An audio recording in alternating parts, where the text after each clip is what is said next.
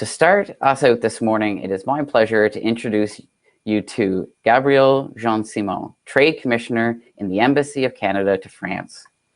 Before becoming a diplomat and trade commissioner in Paris, Gabriel worked in the trade policy and negotiations for 6 years at Global Affairs Canada, including 4 years on CETA.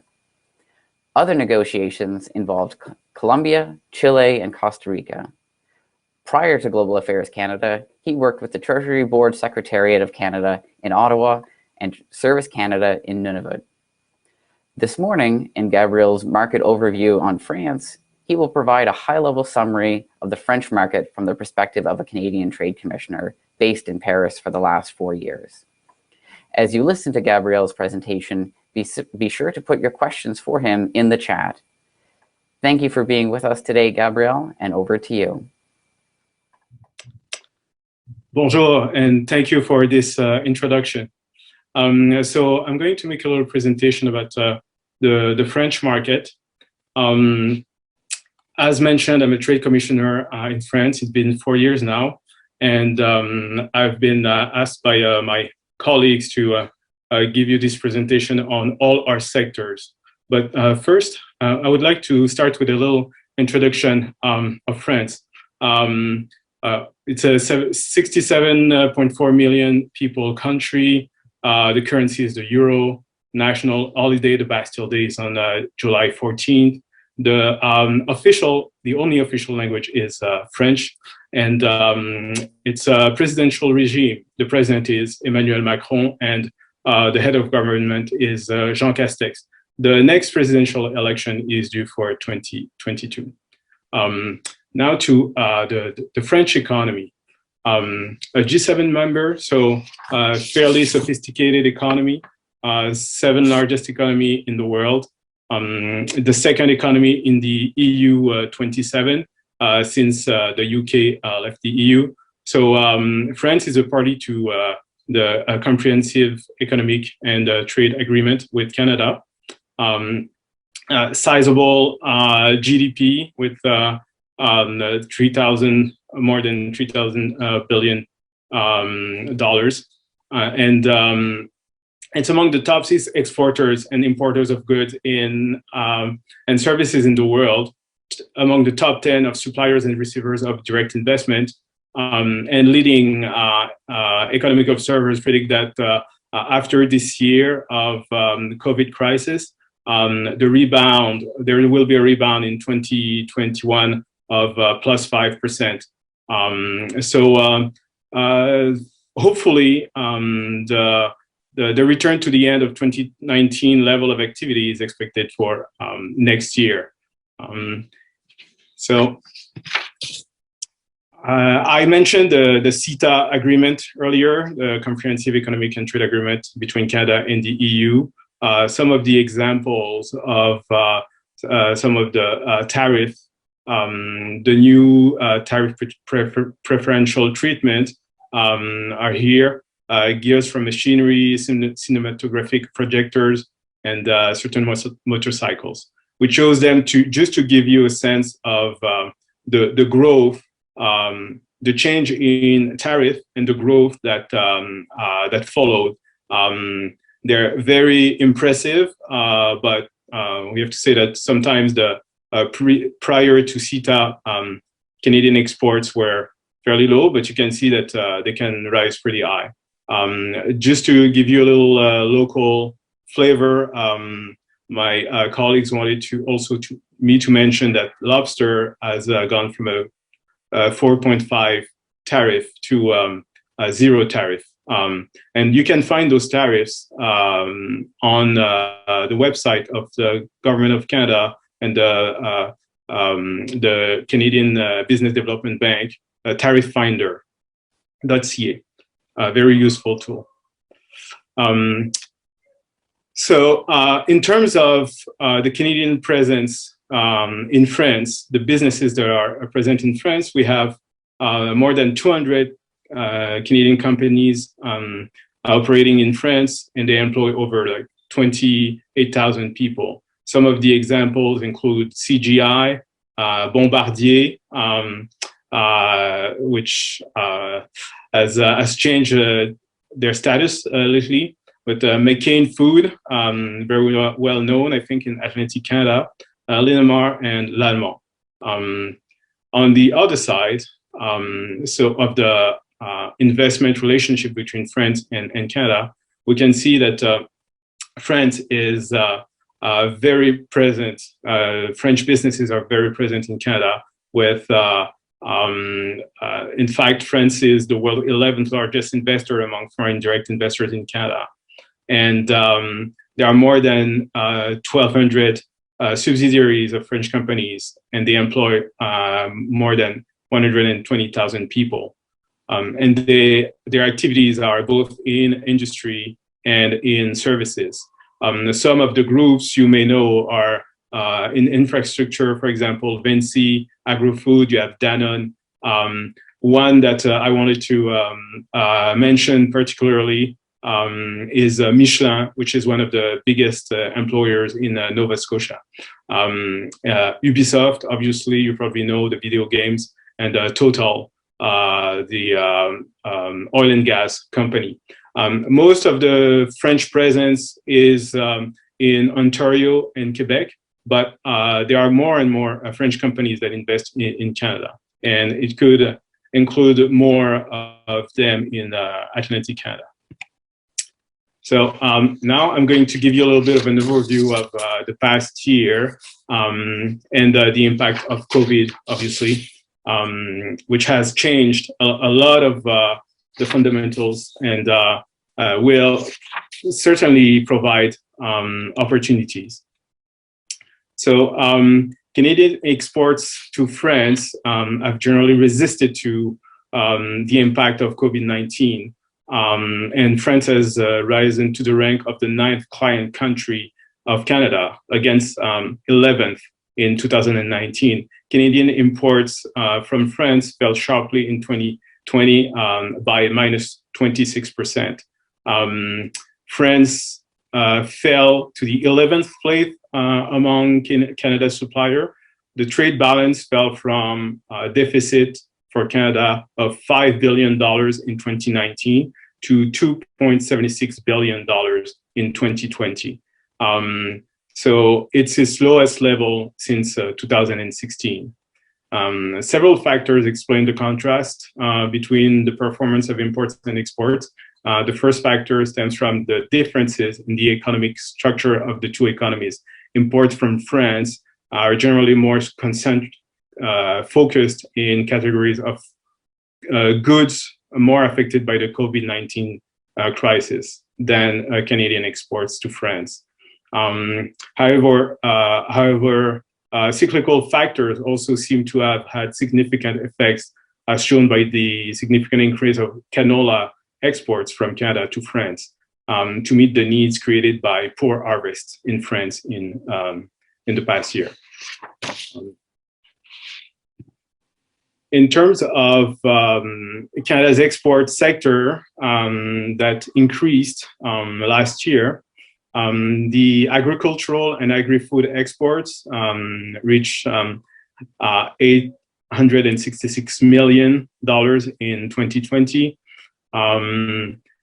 Growth is strongly supported by canola and rapeseed seeds, as I mentioned earlier. They're almost double, in fact, to reach 635 million. Other growing agri-food exports are maple products, dry leguminous vegetables, blueberries, and nuts. Fisher products fell by 3% to reach 76.5 million. The increase in lobster sales, I mentioned earlier, partially offset the decline of scallops and fish. This is a fairly favorable development that can be explained by the drop of the growth in canola export and rapeseed can be explained by the difficult harvest that the French agricultural sector has seen.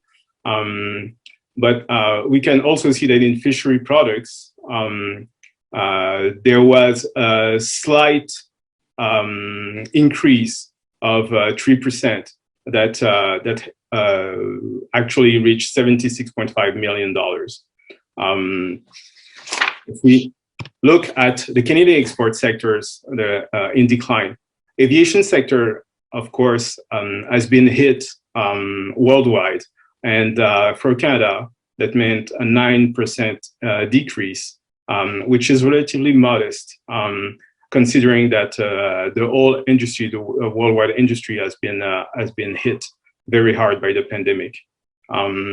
In total, in the French-Canada relationship, aeronautics sectors remains predominant.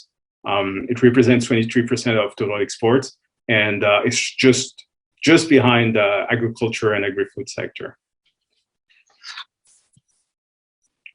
In terms of Canadian imports from France, we've seen a decrease by 26% from 2019 to reach $6.471 billion of imports, Canadian imports from France. The imports of agricultural and agri-food products, of course, are slightly up 3% to reach more than $1 billion of imports. The main imports increased the wine by 3%, cheeses, chocolate products, bakery, cookies, and animal feed preparations. Wine imports are 9% of the total import and almost half of food import. In 2020, it remains the second imported product. So I guess during the pandemic, we in Canada felt like French food, French wine, French chocolate was probably a good comfort food. So in terms of main Canadian imports in decline, aeronautics sector mentioned before, a very high drop compared to an excellent year that was 2019. We can also see that, in fact, in 2020, the aeronautics sector products are the second group of French products imported by Canada, with 17% of the imports.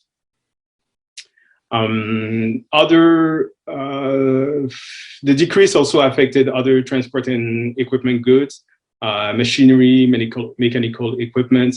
In terms of cosmetics and perfume, France, there was also a significant drop by minus 21%, but France remains the first supplier of perfumes in Canada and second in cosmetic products. There's also the publishing sector, a drop by 13%, but France remains the third largest supplier of books to Canada. A little update of COVID. So, of course, since March, we've seen strong government support measures for individuals and businesses, like almost everywhere, supporting people and businesses with unemployment programs, but also loss of activity programs.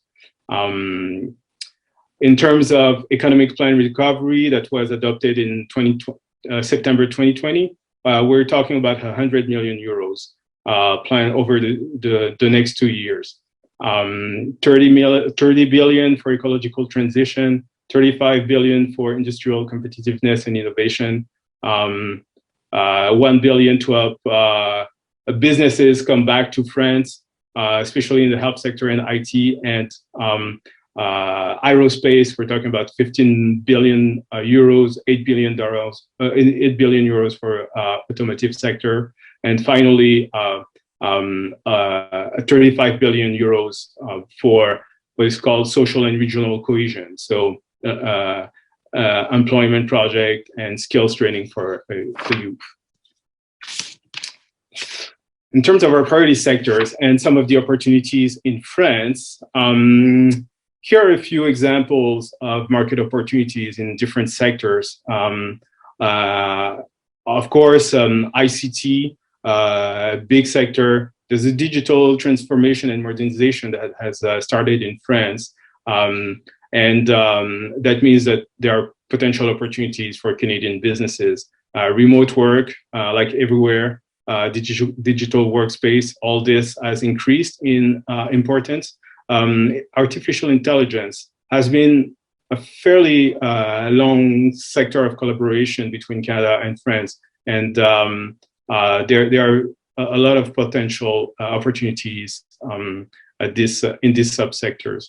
Clean tech, very important. We're talking about a green recovery. So that means renewable energies, hydrogen-related technologies and services, sustainable mobility. They're very trendy in France right now in terms of looking for new solutions, looking for new goods. And another smaller sector that we're working on to develop is consumer goods. Agriculture and agri-food products are already fairly strong, but in terms of consumer products, we also see some potential in terms of specifically sustainable products and eco-friendly products. But I'll get into more details in the next slides. So in terms of agriculture and processed food, as mentioned earlier, this represents 23% of the Canadian export to France in 2020, up 51% compared to 2019. Right now, restaurants are closed in France. They've been closed since October 30th last year. But the food service market should resume their normal operations on June 9th. May 19, the patios will reopen, and then full operations of restaurants will happen on June 9. Obviously, the closing of restaurants has affected the consumption of fish and seafood. So this has had a little impact on some of our Canadian exports to France. But France remains a very large consumer market for seafood products. They depend on imports for half of the volume sold. And Canada has a long history of exporting live lobsters again, but also frozen lobsters, scallops, clams, and other seafood. Other Atlantic products in agriculture and processed food that have also potential are maple syrup, frozen blueberries, very high demand in France for those. So if you're in that sector, don't hesitate to contact us. In terms of ICT, France has been really focused on digital transformation in the past years and in the development of an ICT industry. That means that they're developing subsectors like software and services. This specific subsector was in excellent shape before COVID-19. It was basically increasing every year for the past 10 years. There's also a strong ecosystem. They have put in place R&D tax credit schemes. They've also developed competitiveness clusters in the regions to attract some of the investment. And there are also like many French tech initiatives, like basically La French Tech. You can see the logo down there. The French government has very high ambitions. They want to become a startup nation, first in some of the activities, and they're also seeing a growth in the fund raised. The big groups are leading the way, but there are also thousands of smaller companies. So among the big groups, you have obviously Atos, Capgemini, Orange. In fact, Atos and Capgemini are present in Canada, as I referred to a previous slide. But you also have those activities are also in the bank and insurance sector. They're also in aerospace. They're also in the luxury good. So ICT is pretty much involved in many other sectors, not only ICT itself. In terms of clean tech, I mentioned earlier that we're talking a lot about a green recovery here in France, and the French plan, so France Relance, or relaunch of France, is definitely supporting ecological transition as one of its pillars. By the end of 2022, the plan will actually invest more than 30 billion euros in renewable energies, energy storage, hydrogen, green mobility, energy efficiency, etc., etc. These amounts are in addition to the large investment plan that was decided in 2018 to run until next year, 2022. Worth of 57 billion euros, or 88 billion Canadian dollars. And it's based, that previous plan from the plan 2018-2022 had 4 priorities. Accelerating the ecological transition, building qualified society, ensuring competitiveness through innovation, and the creation of the digital state. In this context, we think there are excellent business opportunities, prospects, also cross-investment and technological partnerships are very possible. In terms of life science, health expenditure represents more than 11% in the GDP. Faced with the COVID crisis, the government announced substantial additional investments, more than 6 billion euros in the healthcare system, which will be added to the natural growth of health expenditure linked in particular to the aging of the population. The 2018-2022 National Health System Transformation Plan aimed to improve the quality of care and the digital transformation of the health system, opening up, once again, many opportunities for Canadian businesses. In terms of arts and cultural industries, yes, France is the 5th destination for Canadian exports in cultural and creative industries. Canadian exports are growing steadily, and they're basically driven by the audiovisual, design, interactive media, and publishing sectors. This trend is set to intensify with the implementation of the Creative Export Canada strategy led by Heritage Canada, and that was launched in 2018. And we support that strategy here at the embassy. However, the COVID-19 crisis has slowed down the implementation, and the momentum, but they also give rise to new opportunities. In crisis, you may find some opportunities, and particular with the acceleration of digital practices and e-commerce. The Francophonie outside of Quebec is also has also some potential in the French market. We support several activities in the publishing or music sector, and also in the audiovisual sector.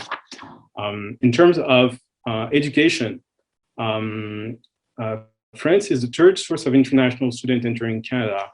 after China and India, and the first for Europe. So France itself has seen a 1.6 increase of student enrollment in higher education, and this demographic increase is putting great strain on the reception capacity of the higher education institution. They're struggling a little bit. And the fact that the UK left the EU and the Erasmus program has also an important influence on the French market. So in this context, it's a pretty good opportunity for Canada to reach the targets of foreign student enrollment that are set by the Canada International Education Strategy. Aerospace sector, mentioned earlier, it's the largest sector between Canada and France in terms of international trade.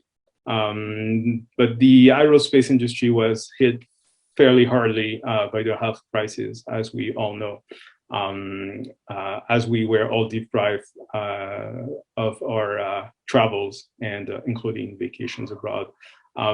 The French industry has shown great resilience and was heavily supported by the French government, actually. And the French government has seen this crisis as an opportunity for the French industry to consolidate itself and position itself in the field of green aviation. The aerospace recovery plan, 15 billion euros, was announced in June 2020. It defines several areas of technological development, biofuel, electrification, and hydrogen. There could be a strong potential for Canada-France cooperation in these fields and in the coming years. We have the automotive sector,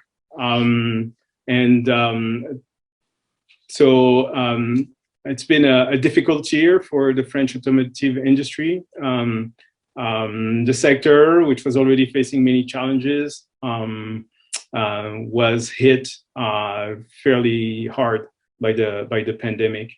In that context, we know that manufacturers and tier one suppliers such as Renault, Valeo, Bridgestone, they had to restructure.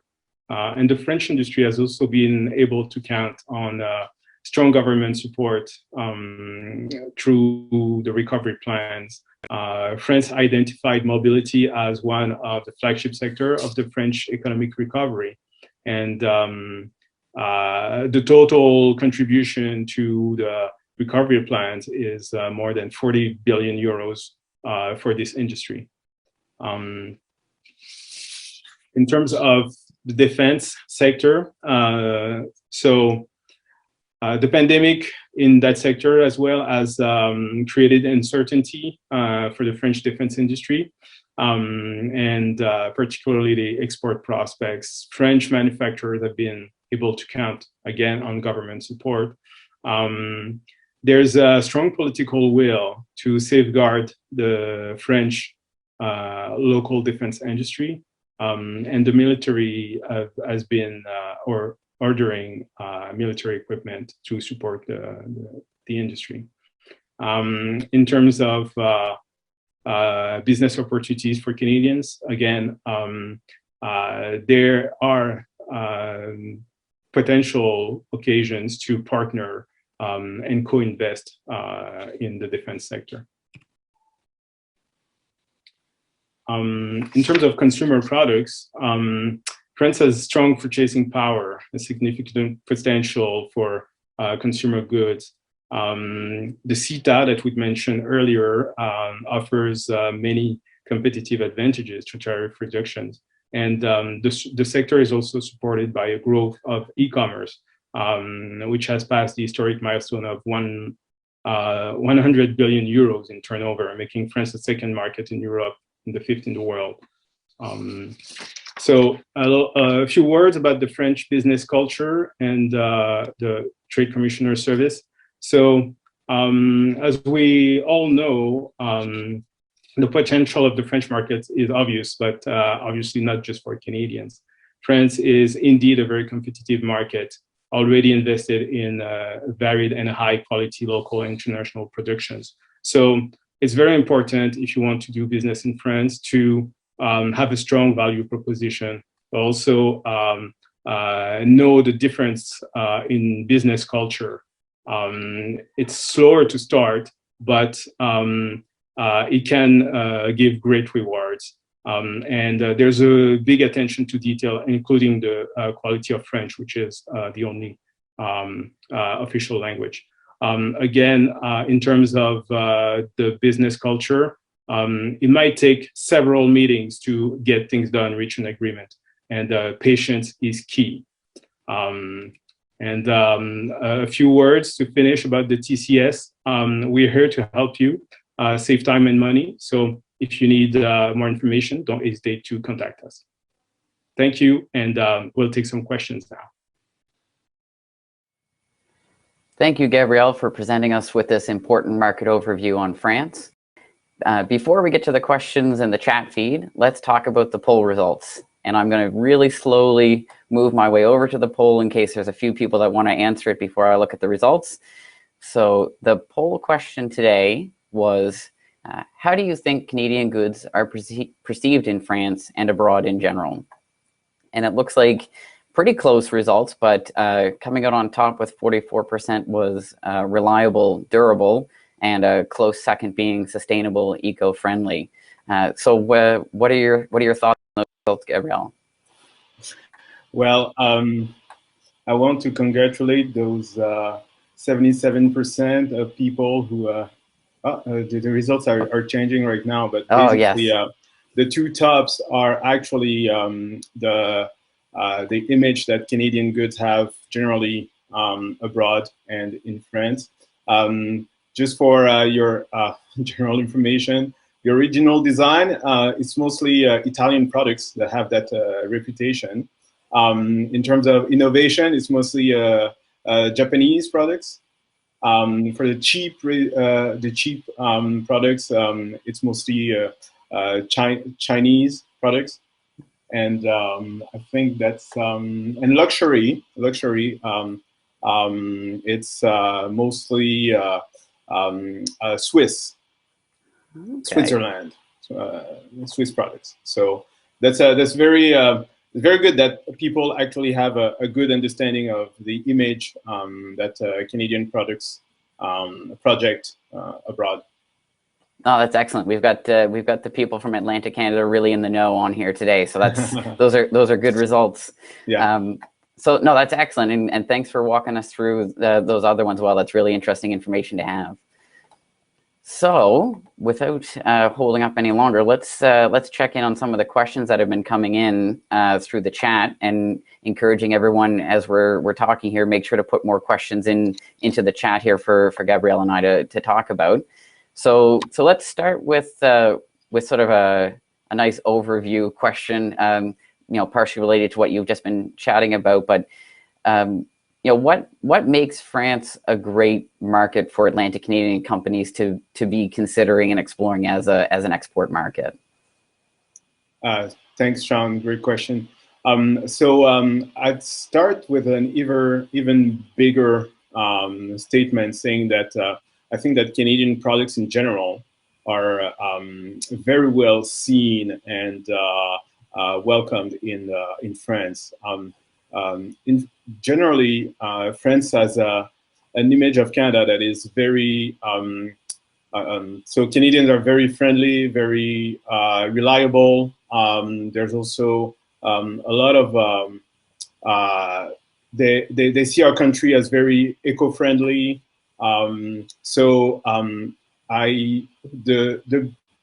Probably the most, the advice I give the most to my clients or companies I talk to is to actually use this comparative advantage of the Canadian reputation to actually include it in their sales speech and really play the card of being Canadian And as we all know, Atlantic Canadians are the friendliest of Canadians. So it plays even more into the narrative that the French have about Canada. So I'd say that yes, Atlantic Canada products, but also mostly in general, Canadian products are very well regarded, very well seen in France. So and it is a very important competitive advantage. That's great, and it's kind of building off of that. I mean, that's really good to have that understanding of how to position yourselves in those conversations and position yourselves as you're doing your business development in the market. But you know, as you mentioned, it is a really competitive market, and for a smaller company, for an SME here in Atlantic Canada, you know, how would you advise them to get an edge in France and kind of get through the noise in a very competitive market? Yes.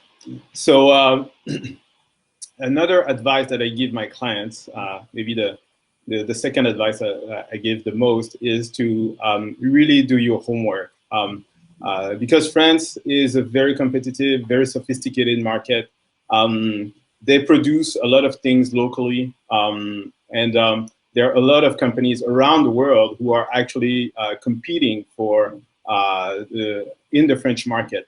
So one thing that SMEs, Canadian SMEs, should really consider before even trying to enter the French market is to have those market studies, do a little bit of advanced reconnaissance, just learn about the country, learn about the market, because it's a G7 member like Canada, but the culture is still very different. Even for those clients who speak French, it's not because we share the same language that we actually have the same business culture. I touched on it in my presentation. The France is very centralized. I'd say that there's a lot of hierarchy, a lot more than in North America. Business relationships are really first and foremost personal relationship. If a French business doesn't, or a French business representative doesn't trust or hasn't built a personal relationship with you, it's going to be very difficult to actually do business.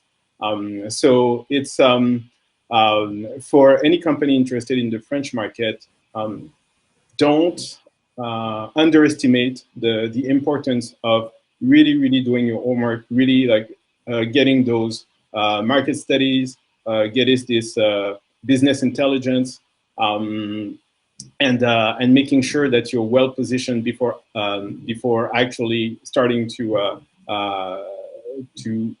contact people. That's excellent. And kind of adding on that, I'll just put a plug out there to say, for those businesses that are really at the beginning of that export journey of exploring a market, the two great starting points: Canadian Trade Commissioner Service has a lot of resources and expertise, as well as your local provincial export development agency can have excellent resources for you for that business intelligence, market intelligence. So always a good starting point when we're exploring a new market. So so I think let's get into a couple some industry specific questions here. Some really good ones coming through. So first one would be around imports around the pet industry. Is that a strong industry for exporters in Atlantic Canada?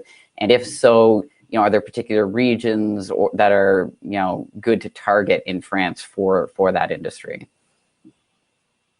That's an excellent question. I just want to start by saying that I don't have all the knowledge on all industries.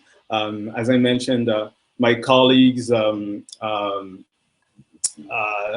told me, but I was very happy to make the presentation. But so I don't have information on every specific industry.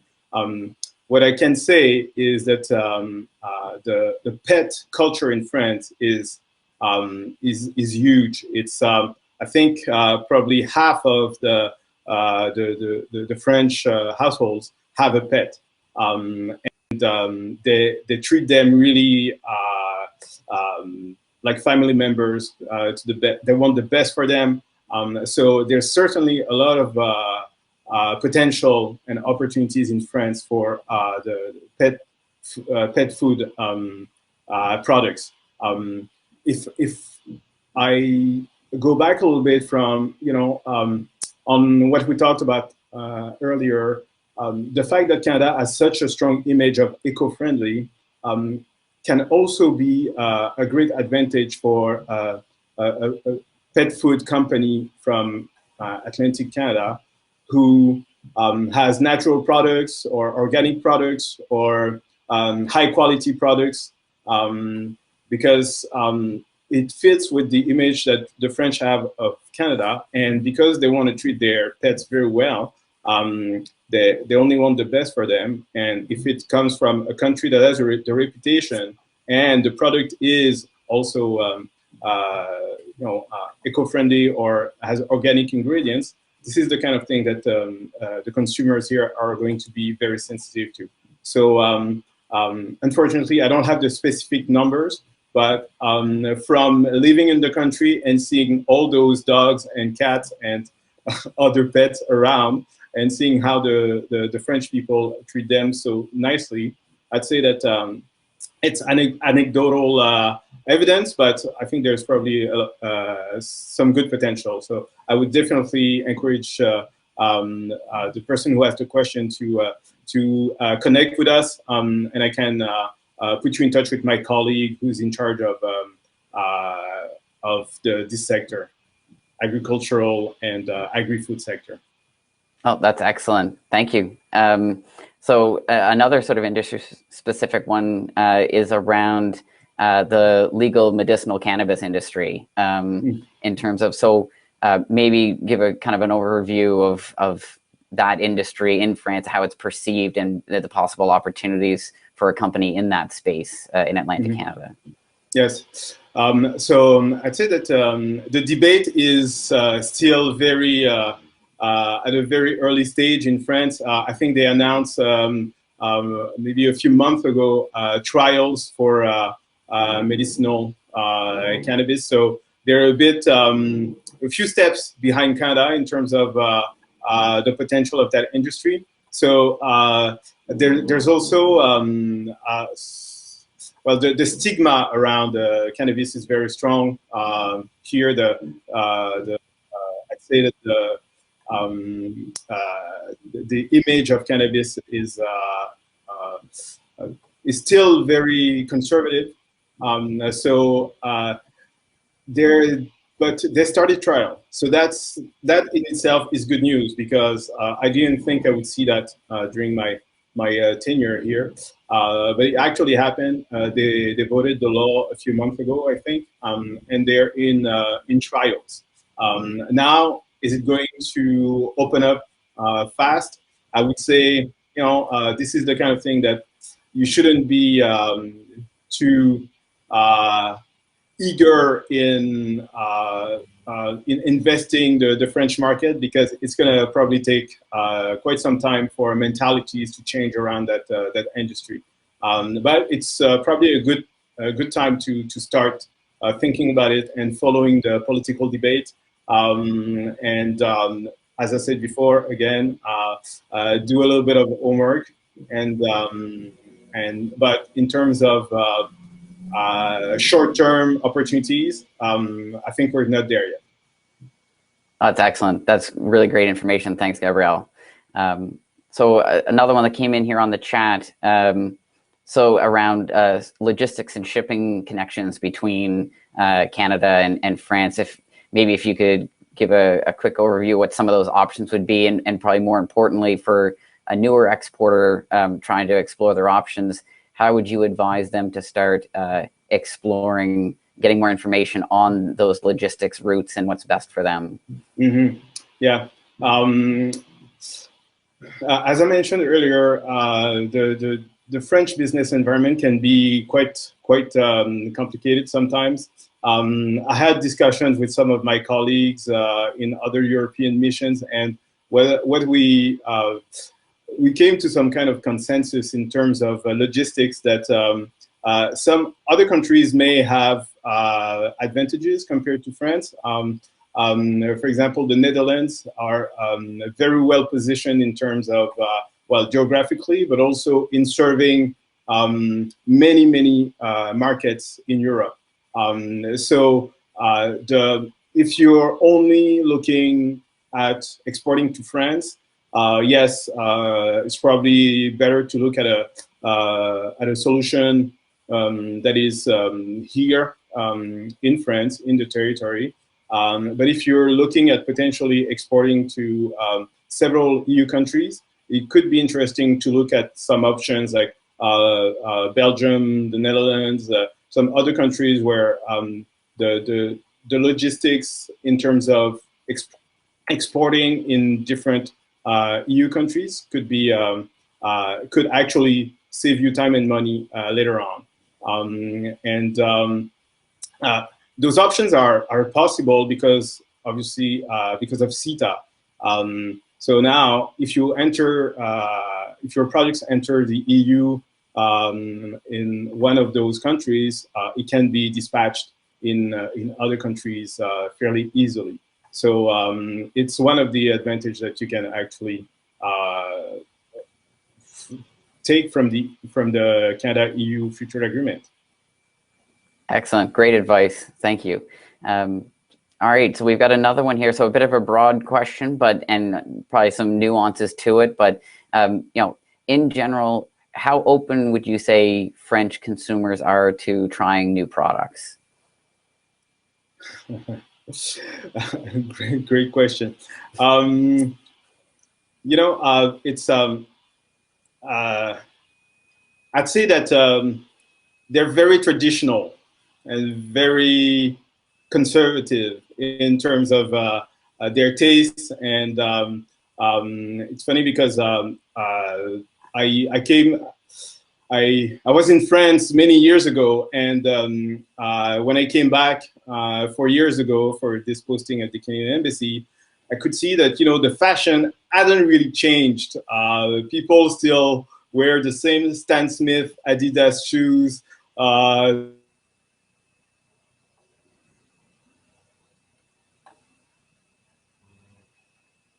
Oh, I think we might have a connection problem for Gabrielle there. I'm going to give 1 second to see if that connection resolves itself. And if not, the timing was actually not too bad because we were just about to end after that question to go into our break. So yeah, it looks like we might have lost Gabrielle, unfortunately, the new realities of our virtual world.